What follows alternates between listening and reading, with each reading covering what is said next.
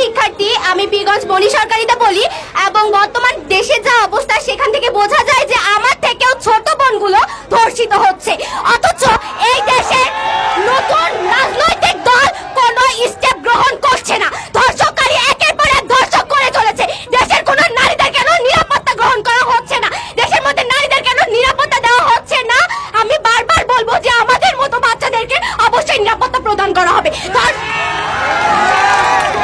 ধর্ষককারীর মনটা এত নিষ্ঠুর কেন যে আমাদের মতো বাচ্চারা যা তাদের মেয়ের মতো হইতে পারে তারা তার বাবার মতো হওয়ার পরে তারা ধর্ষণের দিকে এগিয়ে আসে কিভাবে?